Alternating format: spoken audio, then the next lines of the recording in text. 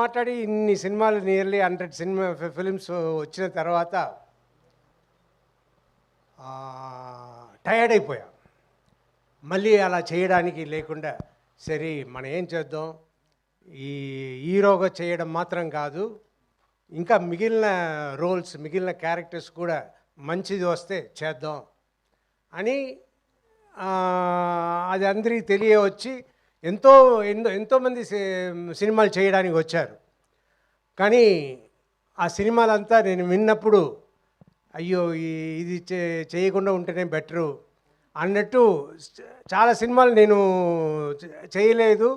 I was చాలా డిసప్పాయింటెడ్గా, ఏంట్రా మంచి సబ్జెక్ట్ రావట్లేదు, మంచి ఇది రావట్లేదు అని డిసప్పాయింటెడ్గా ఉన్న టైంలో అభి వచ్చారు.